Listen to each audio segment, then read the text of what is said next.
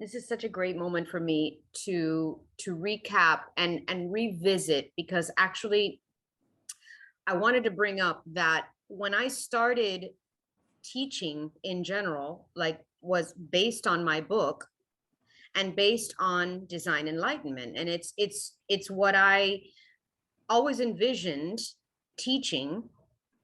um, and my book is designed, those of you that have it and those of you who had a chance to look at it and work with it, my book is designed, literally it says that it's a 7-step process and it's a course syllabus. So the teacher in me obviously had this in mind, even if it was on a subliminal level, because I can't tell you that it was so, it was it was conscious when I started writing it. Okay. And I wanted to start this class today by telling you the quick story of how that came about. And those of you who know me know it pretty well, which is that I went on a business retreat, a 3-day business retreat, thinking that I was going to learn how to operate my business better. And what happened was that instead, the question that was asked of me was, what was my purpose? And out of that answer came, I create sacred spaces so that people can live inspired lives. And that has been my guiding light, my North Star ever since. It's been, I believe, I think almost 10 years now since I had this revelation that transformed my life and my business. But what has been added to this journey for me was this addition of the spiritual practices that I've been teaching for over 2 years. And one of the greatest things that I've wanted to do is to integrate those two passions of mine.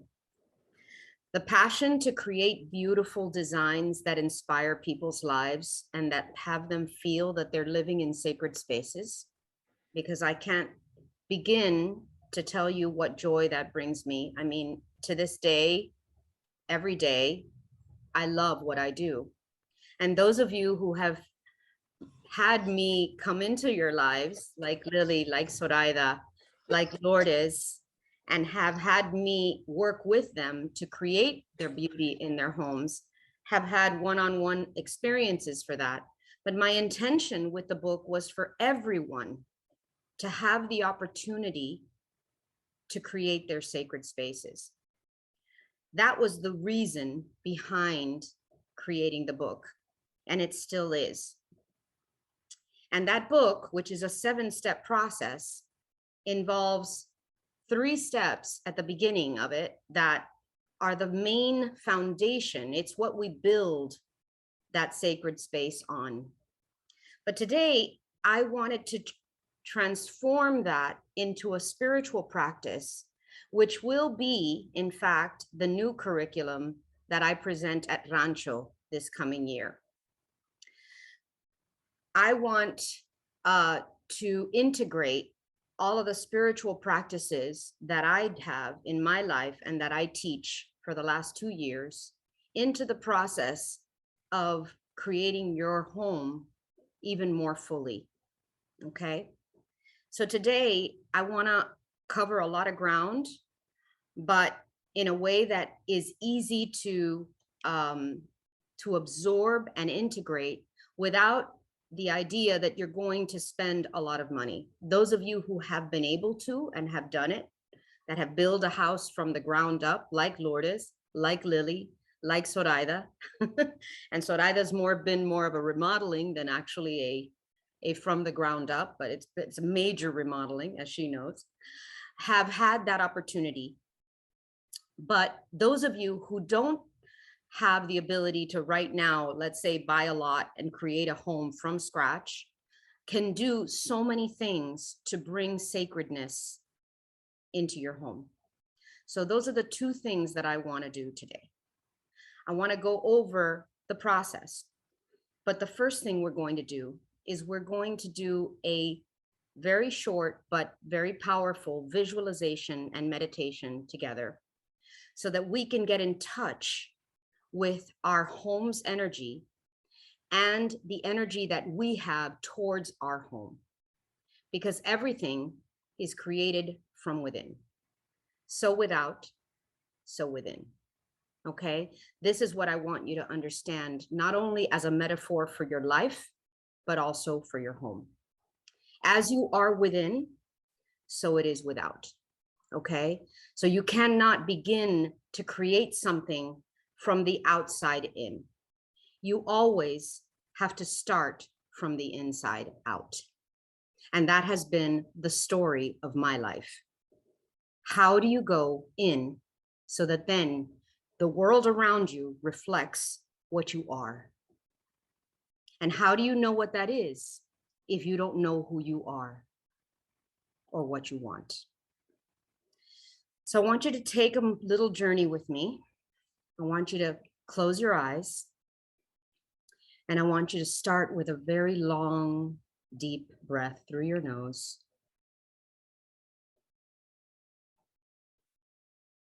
And exhale slowly through your mouth.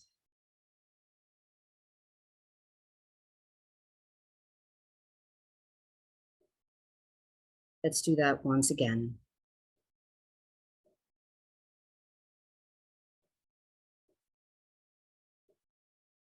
And exhale. Now I want you to imagine yourself that you're driving home. Most of us have cars and drive home. In other places, we might be taking a train, but in Miami, we pretty much drive home. So I want you to imagine yourself in your car. It's your daily routine, whatever day of the week. And I want you to imagine yourself getting close to the street, going into your driveway or your garage or your carport. You're looking for your keys. You have them in your hands, and you're showing up at your front door or wherever it is that you come into your home. You put the key in the lock and unlock it. And you open your door. And before you step outside of the foyer or wherever it is that you land when you come home, I want you to take a moment to just scan how your home feels to you. Just stand there for a moment. Take a breath.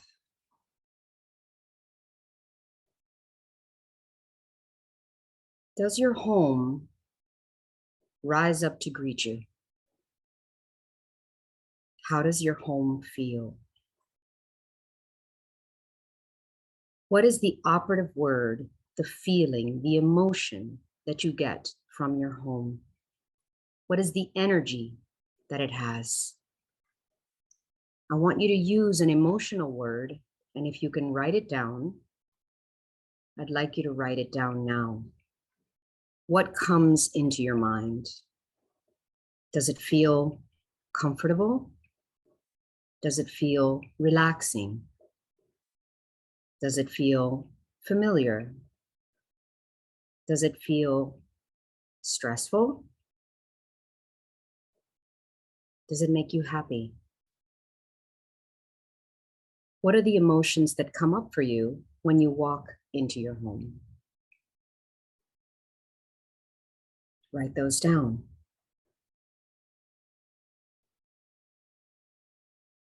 Now, these emotional words are the words that I want you to focus on,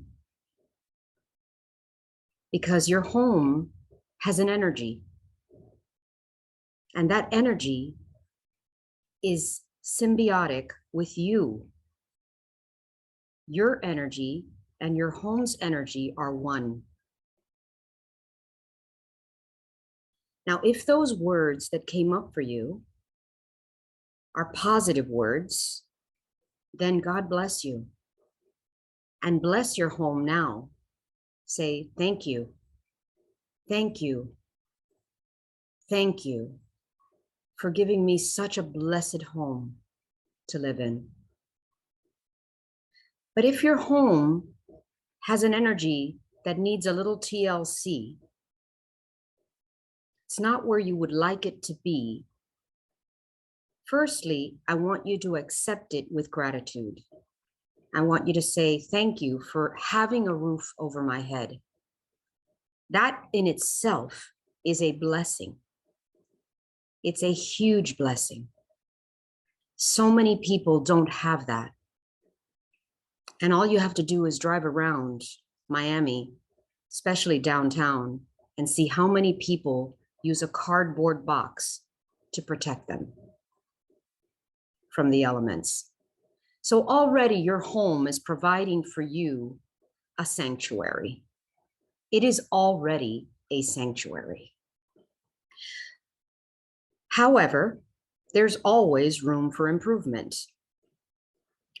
And for those of you who feel guilty when you put energy, time, or money into your home, like Leo felt last week, because that's what came up and kind of charged the idea of me doing this class, I want you to understand that beauty is a force of God.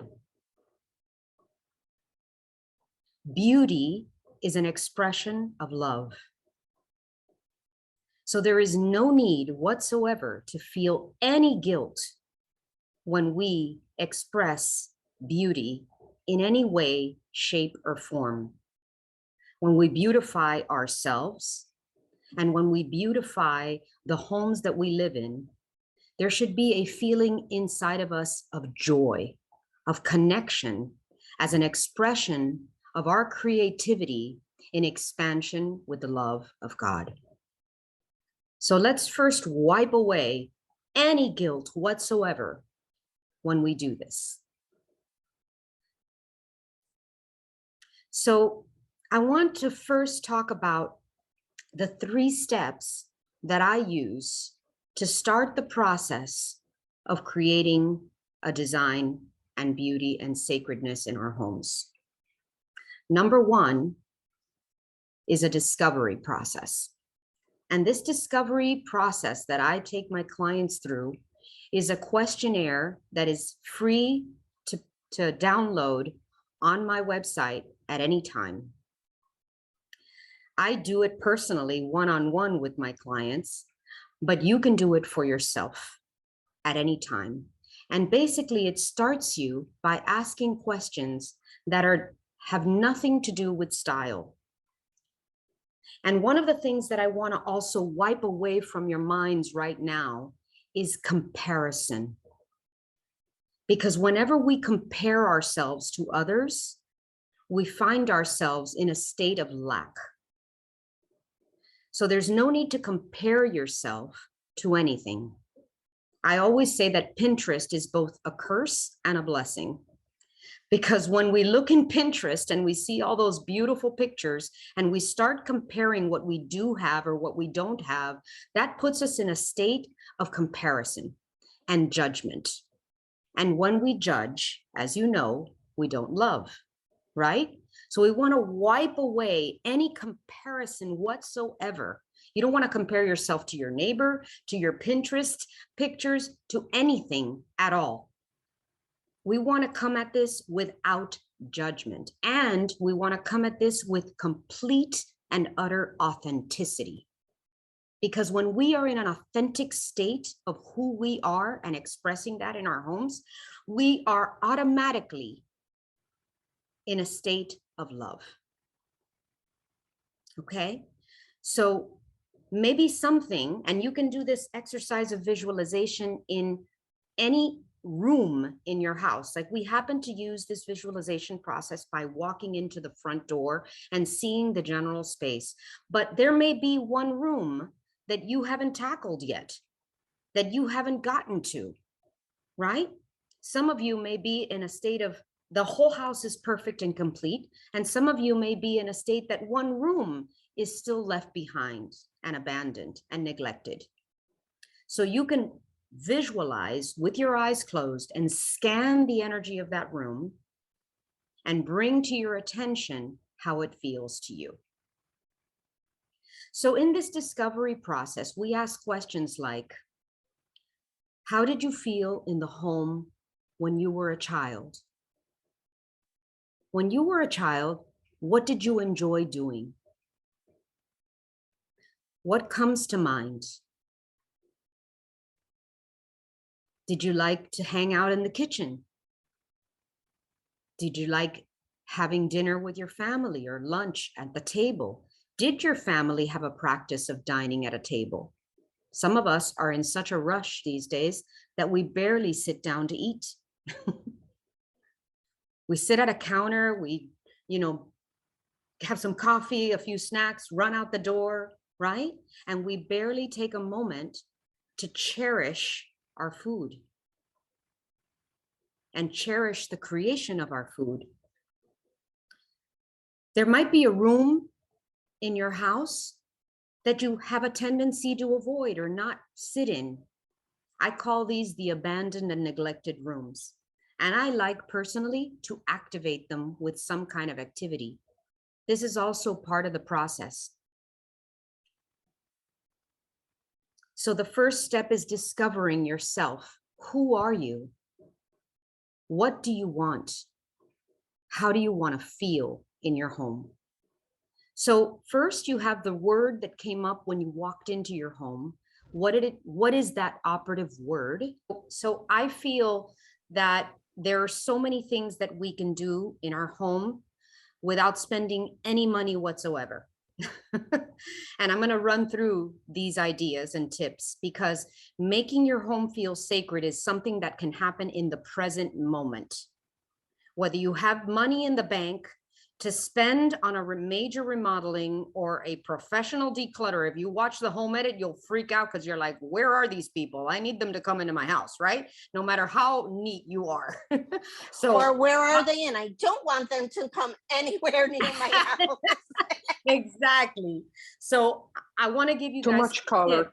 We're going to do some tips on things that you can do right now, right this very minute, to make your home feel sacred to you. Okay. So I went over step one, which is a discovery process, and I'm going to share that in the talk. And I'd love for you guys to download it for yourselves and see where you are in authenticity, because here's what I find that happens a lot. When clients come to me and ask me to do their home, they themselves don't really know what they want. So the first step for me is to uncover who they are, not just individually, but as a family dynamic, right? So I ask a hell of a lot of questions. And that's what you need to do too for yourself. You need to ask a lot of questions. What feels good to me? What does our family love to do? How do we want to enjoy these spaces, right? My step two is a visualization process that is called vision boarding. Now, we do that all the time these days because we use Pinterest, we use Houzz, we use all kinds of imagery to create the visualization of our home. But you can do a physical vision board. And we did this at Rancho, actually. We did a vision box, like Lily had shared with us, and you can create a vision box for your home, a vision board, a Pinterest. And I love the process of doing it like literally cutting out of a magazine, because there's something very tactile about cutting something out and pinning it versus making it digital. Okay. Digital is very useful. Some of you might love it, but I like having it in my face to look at every day and not having it on a screen. So I highly recommend creating some kind of vision board or vision box with images. And that can be for the entire home, like Deborah needs, like she says, I want this as my home, my house, but it can also be for a single project, like a room or a closet. Okay, so that is absolutely step two. Now, step three is critical, and I'll tell you what it is. Step three, I call permission granted. Okay, step three, permission granted, means that you get to do whatever you want in any of your rooms. Just because a room says it's a living room and it's a formal living room, my least favorite word, formal, because I don't know of anybody that's formal these days. We're all in yoga pants. So formal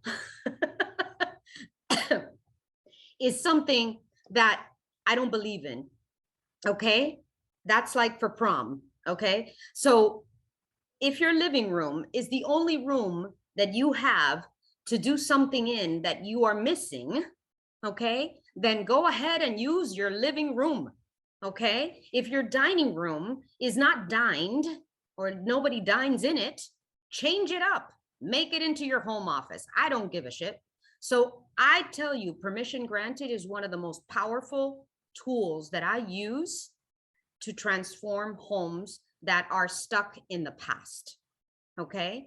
So when I say permission, if you are needing something, if you're saying to yourself, I can't find a place to sit and read quietly and get away from my family for a moment, you can carve out a corner or carve out a space in any room that you see fit. There isn't a design police that's going to come and give you a ticket. Okay. So now, doing it with beauty is something that I highly recommend. Okay. So those are the three main steps of my process before we get into color and style and furniture placement. Now, furniture placement is also an incredibly useful tool. I say that the way we place our furniture is the way we behave. In other words, furniture placement is the architecture of behavior. So if you want your kids to talk to you, then you don't want a sofa facing the TV. You want to have some chairs so that people can look at each other's eyes. Okay. And actually looking at each other's eyes, that's why dining at a dining table with your family is so successful, because you get to look at each other. And there's a whole chapter on furniture placements and tips on furniture placement to get what you want out of the placement in my book. Okay. And I can walk you guys through it, because to me, that is an incredibly powerful tool, is understanding how to place furniture so that it creates the behavior in your activities in that space. Okay. So I'm going to give you some things that I came up with that are super simple to start you creating the feeling of a sacredness in your space. Okay. To me, our homes tell the story of our lives. Okay. Our homes tell the story of our lives. And yes, some of us may have started from scratch, but for me, it's extremely important to honor, even if we've started from scratch. Like in Lily's home, I'll give you an example. I spent a whole day with her just creating the layout of her books and her bookshelves and all of the beautiful things that she's collected over the years as a teacher. And, you know, her initial instinct was, oh, but these books aren't so pretty. And I'm like, that doesn't matter. They're part of your history. We're going to find a way to make them, honor them, and they're going to be beautiful.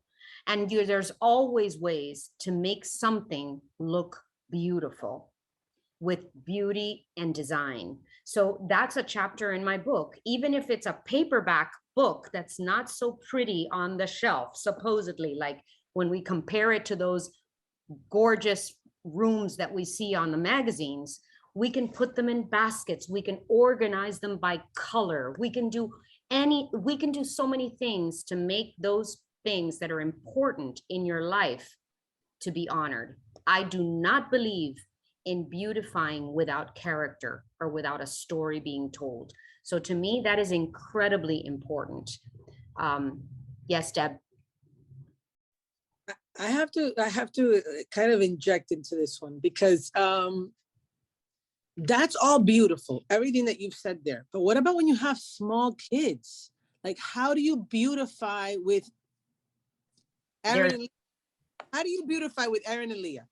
Listen, okay, all right. So I have just been challenged. I have the invasion of two little rugrats in my house, and I have spent the better part of 2 weeks, okay, finding a way to make my foyer and underneath my staircase a playroom from them, because I don't have a playroom. I was supposedly an empty nester, okay? Mm. So I have a parking lot under my My staircase. playroom was under the stairs too when I was growing up. Ah, there you go. My sister and I had a 2-story Barbie doll house under there. I think there's so much beauty to that if it's orderly and it's organized. And in fact, here's the thing. Here's the thing. What Leo said. This is one of the first things that I said, first things that I have not said yet on things that you can do without spending with barely spending any money. Okay. Number one, energetic cleansing. Okay. We can clean our homes energetically with sage and intention with minimal effort and minimal money spent.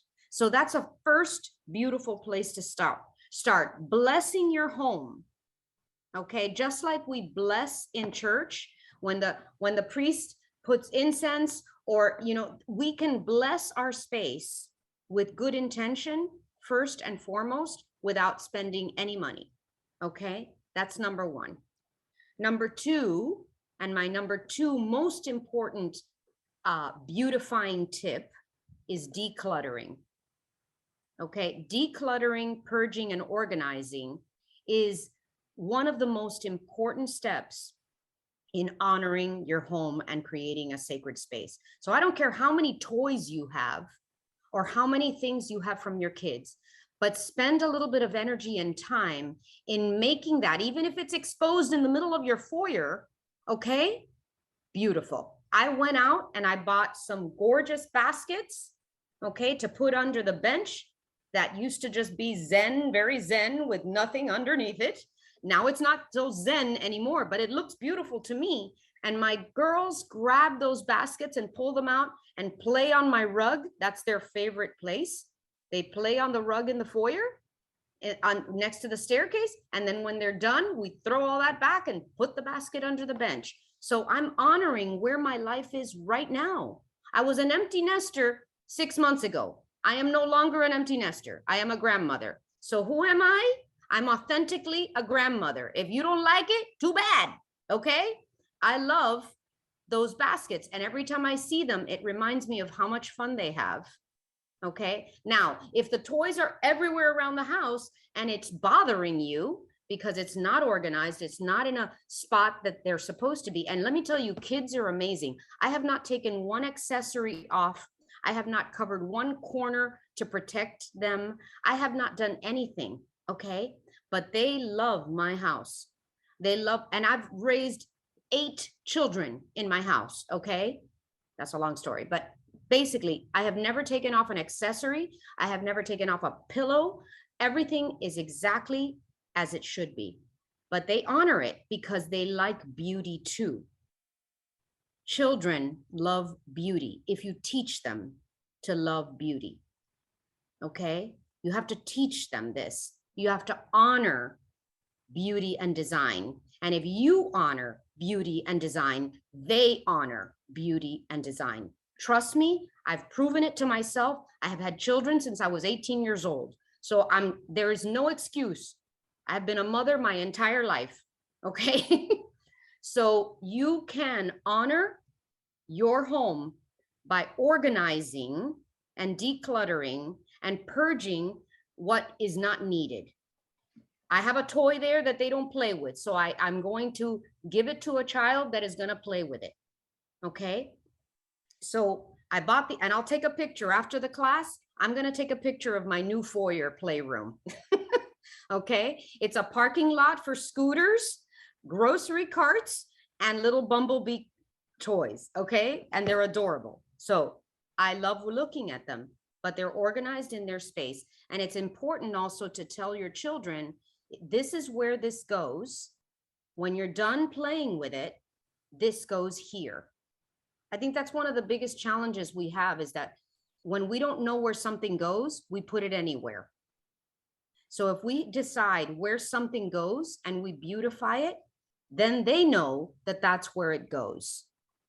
Okay. It's kind of like you don't, you try to not take, yeah, you do. Teenagers are another story. Okay. Teenagers take their clothes off and throw it anywhere. But when we get through that stage, we teach them, listen, we hang the clothes on a hanger and the hanger goes in the closet. Okay. That very act, believe it or not, is a spiritual practice. Okay. It is. It is a spiritual practice to hang your clothes on a hanger and put it on the thing. In fact, in my opinion, teaching our children to make their beds in the morning is one of the greatest lessons that you can teach any child. Because if you make your bed, yes, of course, you're going to sleep in it again that night. But if you make your bed, you are honoring that you are starting your day in an organized manner. Okay? Making your bed is an amazing sign of teaching children discipline and proper behavior for presenting themselves always. Because, hello, who doesn't like turn down service? Hello, I do. Okay. I am my own turn down service. Okay. I make my bed, I take down my bed, and I love the process of it. Okay. Those are things that we do to honor ourselves. So number 3 tip. Oh, I'm sorry. Go I just ahead, wanted Lily. to add, I wanted to add about kids. In the other house, Deb, I had a room, a playroom, and we used to, Roger and I used to say that it was like the Las Vegas rule. What happens there, stays there. Because when the cousins and the friends came over, that was the only room that was upside down. And then now that they're all young adults and teenagers, the only rule, making the bed is huge, by the way, that is huge. But the only rule is when they come with their stuff, don't put it in the kitchen, take it to your room. You know, don't put it in the main area of the house, take it to your room. Yes. And that helps out. And also having a spot in their room that honors that. Like, let's say this is where this goes. So teaching these things is extremely important. I mean, I find it, this is how I've done it the entire time. People come into my house and they say, how do you live like this with 2 babies? And I'm like, because they learn with me. If you make your bed, they learn to make their bed. If you don't make your bed, they don't make their bed. If you don't hang your clothes, they're not going to hang their clothes. If you don't put away the groceries and when you get to from the grocery store and you teach them, hey, it's time to bring the groceries in and put them away, here's where they go, they learn. These are teaching opportunities, in my opinion. Okay. And it also helps to keep them, you know, a beautiful space. I think beauty is extremely important. So I want to give you another tip that I do a lot. When I come into a person's home, the first thing I do is shop their own home. Have you ever heard of this? Shop your home? No? Okay, this is a really fun thing to do. Okay, you walk into your home and you look at it as if you're looking at it for the first time. And you want you to scan, you know how you scan a document? You're going to scan the room. Okay, you're going to scan the room for anything that feels good and anything that doesn't feel so good. And when you scan your room, you're going to say, oh, I want you to think outside the box. Say, that chair possibly could go over there. And I tell you, sometimes it's like shopping your own closet. Have you guys ever shopped your own closet? Okay. When you shop your own closet, whenever you feel like you're going to go out on a shopping spree and spend a lot of money and you don't really think you should be doing that, you shop your own closet instead. So the same concept of shopping your own closet, you shop your house. Okay. You scan a room. I go into clients' homes and sometimes they will have something in this room that really should be in that room and would be much more useful or functional or beautiful in that space. So the first thing I do is shop their stuff. Same thing goes with accessories, pillows, any of that. Shop your own house. You feel like refreshing your house? Shop your own house. Move your stuff around. Just because that it was there, always been there, doesn't mean it has to be there for the rest of its life. Okay. And believe it or not, that moves energy too. So energetically, like I said, your home has an energy force. Okay. And sometimes when you declutter and move things around within a space, sometimes I do it with just accessories. Like literally, I will shop my own house with my accessories. I'll say, okay, you know what? I think this vase, I'm going to put it over here for now. And I'm going to move this over there. And then when you do that, guess what? You look at your home with fresh eyes. All of a sudden, you're like, this is different. I like it. And you create new opportunities for beauty. So shopping your own home is super fun. Refresh. Okay, so refreshing, we know what refreshing is, right? How many times have you had like the little black dress, right? Okay, I have the little black dress, but I'm just going to change up what I'm going to wear with it. Instead of wearing it with the stilettos, I'm going to wear it with sandals. Okay, same thing. You can buy 1 or 2 accessories and refresh your home without a major expense. Okay, maybe all of a sudden you feel like you're in the mood for yellow. Okay, let's go to Home Goods and buy a couple of yellow pillows and 1 yellow vase and put it on the table. And all of a sudden that space will look refreshed. Okay, so you don't have to spend the money. You can refresh within your own home. You can pull something from here and put it over there and take a look at it and say, hey, that looks so much different there. I think that looks better even, right? So sometimes we need to move the energy around, okay? And we can do that just by moving what we already have, okay? So another one of my favorites, I think, for you guys, I'm a flower person. I love flowers. I love fresh flowers. I love fresh plants. I love bringing green into my house.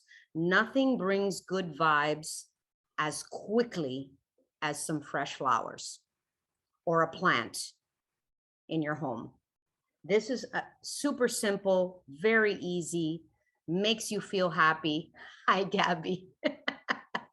So flowers tienen buena vibra. It's like Ofelia tells me, trae flores, tienen buena vibra. And they also absorb any negative energy that is inside your home. Okay. Same thing with crystals, guys. Crystals are energetic. So if you have crystals in your home, you can clean them, you can move them, and you can give them intention. So when you clean them, you can intend with them and you can say, this is for this purpose. You are going to sit here and protect me from anything that comes in that is negative. So crystals also do that as well. Plants are incredibly good for you. Okay, so here's one of my favorites too. As women, we often give away our sacred spaces. Okay, we give them to our families. We're always taking care of our kids. What are they going to have? And we forget to honor ourselves. For me, there are 2 ways to do that. Okay, one is setting aside a spot that you can get connected with yourself and with your higher self and with source. An altar can do that for you. I have an altar space in my home. It's in the entry of my foyer. In the entry of the foyer of my bedroom. When I open my closet door, it's the first thing that I see. Sometimes I'm sitting there putting on my shoes. When my door is open in my closet and I get to see it. Every time I walk into my bedroom, which is a sanctuary for me, I see all of my beautiful crosses. I collect crosses. So I have a whole wall full of crosses and a little glass sill that holds my candles, my prayers. Creating a little altar space is an amazing tool for honoring spirit and energy in your home. Okay. It may be in your closet. I mean, literally, it may be on top of the dresser that you have. Anywhere can be an honored altar. Okay? By doing this, you create space for spirit. I love having it. I've had it for many, many, many years. It's where I stop for a moment, light a candle, say a prayer, and just take a deep breath and start my day. Okay. I also think it's incredibly important. And for years, I'll give you a little story in my life. For years, I had a sofa in my family room, 2 side chairs, and what would happen was I'd be in the kitchen cooking for my family, prepping food, whatever, and everybody would sit in the family room. And then by the time that I was going to go sit, there was no place to sit. Okay.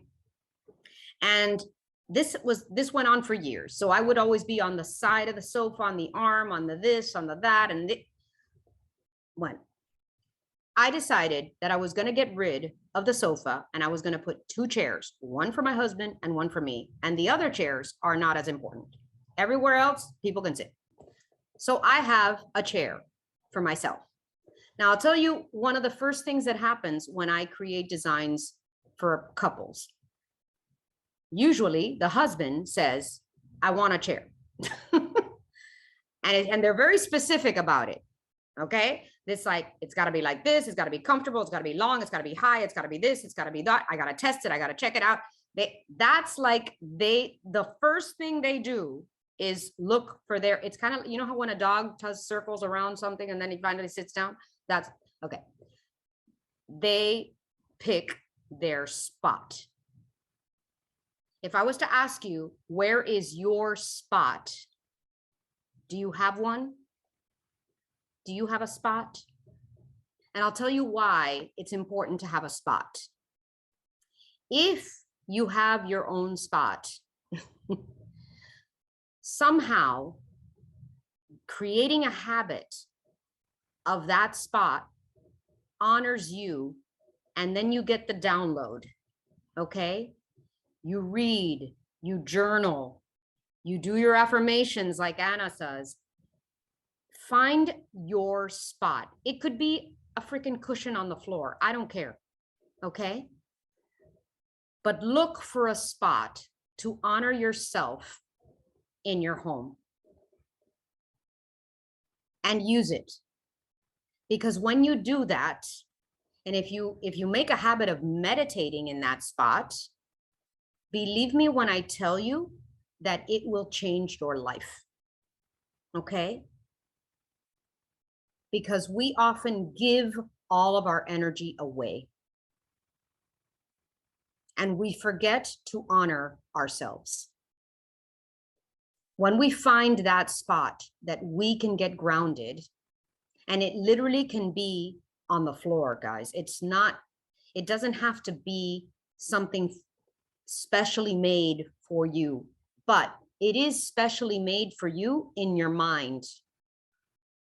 Okay, you will get connected. We all need to take a moment in time to create a sacred space for ourselves. And that sacred space is in honor of you. Find your spot. Find your place. And you know what? Sometimes it's a stool in the kitchen. You know what I mean? I don't care. It's just an intention in your mind. Remember when we talked about intentions?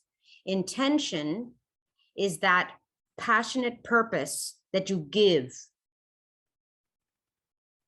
to the space. We do things intentionally. And when we do things intentionally, we bring the energy of love to it, like cooking, like cleaning, like purging. When we get rid of things that we do not love, and when we scan, by the way, when I told you about scanning your rooms, you scan your room for things that might look better somewhere else, but you also scan your rooms for things that don't really feel good. Sometimes it's something that's been neglected, like it's broken and you just left it there and it has a crack in it, or, you know, a broken piece. And every time you look at it, it just reminds you that you just have not taken the time to take care of it, right? I hate that. I hate when you have something that's broken and you're like forgotten to fix it. And it just reminds you of how neglected you are, you know? Has that ever happened to you? That happens to me. Like, and then I just like, no, forget it. Either I fix it or I throw it out. Because when you have a bad energy of something, okay, it just brings your vibe down. Okay. So all of these intentional practices in honoring your home, honor yourself. This is the key to creating your sacred spaces with intention. Okay. And using these tools literally with focus and conscientiousness, with mindfulness, the same way we are becoming more mindful of our thoughts, mindful of our words, actions, deeds, all of these things with intention, we can do the same thing for our home. And I guarantee you, your home will rise up to greet you. I see Zoraida with their grandchildren. I have to tell you, for me, it is an honor when I am able to create sacred spaces for others. I love being one-on-one with people and listening to the nuances of their lives and how these things are going to be expressed in their homes. But you don't need me, only me, to do this. You can do this for yourselves. You can do this for yourselves using the tools and tips that I've given you, or you can get my book and read it and just use the process of the book itself. It's really an easy read. You could download the chapter from my website. You know, the point here is to give time to yourself and to authentically express yourself in your home. Look for the things in your home that mean something to you. Like Maida said, everything should have a story. Make sure that it honors you and your family. Because if it makes you smile, you know how Marie Kondo says, you know, if it sparks joy, well, I say if it makes you smile, then you're on the right track. Okay?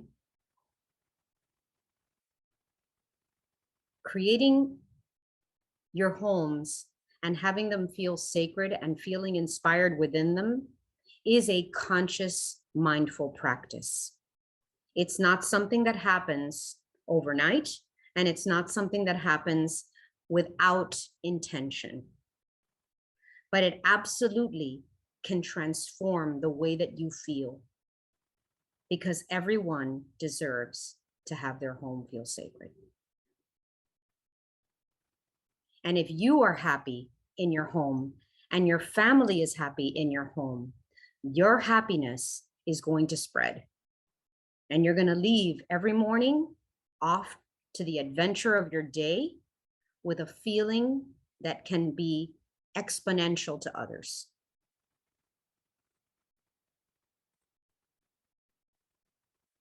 I hope this is helpful. I hope you've enjoyed the process. And I'm always here. I'm not just your spiritual teacher. I'm also your interior designer. So I'm here to help anyone that needs a little bit of help. And believe me, it doesn't take a huge investment to make something feel beautiful and special. Thank you.